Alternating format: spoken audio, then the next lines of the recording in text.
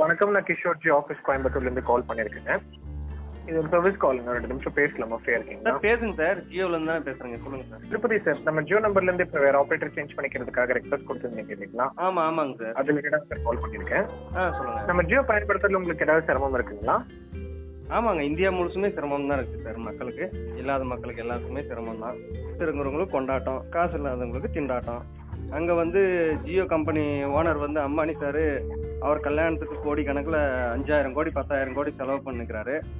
அவர் பாட்டுக்கு விலையை ஏற்றிட்டாரு. சர்வீஸே ஒன்றும் போவராக இருக்குது. இன்டர்நெட் வேகம் இல்லை, ஒழுங்காக நெட்ஒர்க்கே கிடைக்க மாட்டேங்குது. இதெல்லாம் சரி பண்ணாமல் விலையை ஏற்றினா சாதாரண மக்கள் எப்படி யூஸ் பண்ணுவாங்க சொல்லுங்கள்.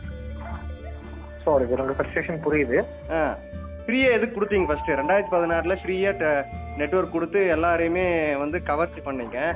இப்போ எல்லாத்தையுமே விலை எல்லாம் ஊருக்கு முன்னே விலை ஏற்றுறீங்க. இதெல்லாம் ஏமாத்து வேலை தானே, இது பித்தலாட்டம் தானே இந்த மாதிரி பண்ணுறது. ஃப்ரீயாக கொடுத்து ஜனங்களை கவர் பண்ணி இப்போ ஊருக்கு முன்னாடி விலை ஏற்றுறது வந்து பித்தலாட்டம் தானே, இது ஏமாத்துறது தானே, பகல் கொள்ள தானே சார் இது. இல்லை, உங்களெல்லாம் கேட்கறதுக்கு ஜியோ கம்பெனி கேட்கறதுக்கு எவனுமே இல்லைன்னு நினச்சிட்டிங்களா எப்படி? நீங்கள் ஒரு ஒன்று தான் நெட்ஒர்க்கே இருக்குது இந்தியாவில், வேற எதுவுமே கிடையாது. எல்லா நெட்ஒர்க்கையும் ஒழிச்சிட்டீங்க. 10-15 நெட்ஒர்க் இருந்துச்சு. ஜியோக்காரன் வந்து நாட்டையே அந்த ஜியோ அந்த சிம் நெட்ஒர்க்கே ஒழிச்சிட்டாங்க எல்லாமே. இப்போ பாரத் அப்படின்னு சொல்லிட்டு அதில் வர்றது கொடை வேற, எல்லாத்துலேயும் நீங்கள் உள்ள வர்றீங்க. எல்லாம் நீங்கள் ஃபிக்ஸ் பண்ணுறது தான் ரேட்டு. நீங்கள் ஃபிக்ஸ் பண்ணுற ரேட்டை தான் நாங்கள் யூஸ் பண்ணணும் ஜனங்க. என்ன நெட்ஒர்க் கொடுக்குறீங்க ஃபர்ஸ்ட்டு? உங்கள் நெட்ஒர்க் ஸ்பீடு இருக்கா ஃபர்ஸ்ட்டு? 5G ஒழுங்கா உங்களால் எல்லா ஏரியாலும் கொடுக்க முடியுதா? அதை சரி பண்ண உங்களால் முடியல. இதில் விலை ஏற்றி என்ன பண்ண போகிறீங்க? உங்க பாருங்க, நீங்க கூடிய சீக்கிரம் 3வது இடத்துக்கு போக போறீங்க. நம்பர் 1க்கு வந்து பிஎஸ்என்எல் வரப்போகுது, நம்பர் 2க்கு ஏர்டெல் வரப்போகுது, 3வது இடத்துக்கு நீங்க போக போறீங்க. பாத்துக்கோங்க, ஜியோ அட்ரஸே இல்லாமல் போக போகுது கூடிய சீக்கிரம். இந்த மாதிரி பண்ணீங்கன்னா, விலையை ஒழுங்கா குறைக்கலன்னா கண்டிப்பா ட்ராய்க்கெல்லாம் நாங்கள் வந்து ரெக்வஸ்ட் வச்சு கம்பெனியும் மூட சொல்லுவோம். ஏன்னா 2016 ஃப்ரீயாக கொடுக்குறோம் நெட்ஒர்க், எல்லாமே ஃப்ரீ நெட்ஒர்க்குன்னு கொடுத்து ஜனங்களை ஏமாற்றி நீங்கள் வந்து ஜனங்களை சிம்மை வாங்க வச்சு வித்த ஆளுங்க நீங்கள். இப்போ வந்து நீங்கள் வேற விலையை ஏற்றிருக்கீங்க.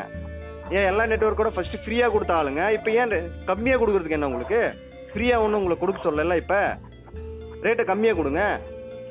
பிஎஸ்என்எலோட கம்மியாக கொடுக்கலாம்ல நீங்கள். எல்லாம் நம்பர் 1 இடத்துல நீங்க தானே இருக்கீங்க. இல்ல சார், நம்பர் 1 இடத்துல நீங்க தானே இருக்கீங்க. உங்களுக்கு வருமானம் பத்தலையா? அம்பானி சார் வந்து அங்க உக்காந்து மும்பையில ஆடம்பரமா உலகத்துல இருக்கிற எல்லாரையும் கூப்பிட்டு பார்ட்டி வைப்பாரு. இங்க நாங்க வந்து ரீசார்ஜ் பண்ணி சாவணுமா? அவ்வளவு அமௌண்ட்டுக்கு ரீசார்ஜ் பண்ணி நாங்கெல்லாம் கஷ்டப்பட்டு உழைக்கிறோம். எங்க காசு ரீசார்ஜ் பண்ணாதான் நீங்க கோடீஸ்வரன் ஆக முடியும். அம்பானிக்கு வருமானம் வரும், இல்லைன்னா வருமா? சொல்லுங்க. புரியுது. யாரோட பணங்க? எதுக்கு அந்த அளவுக்கு ஆடம்பரம் நீங்க பண்ணிக்கோங்க, இல்லைன்னு சொல்ல. எங்களுக்கு விலை ஏற்றி தான் நீங்க ஆடம்பரமா பண்ணணுமா? எவன் காசு சொல்லுங்க?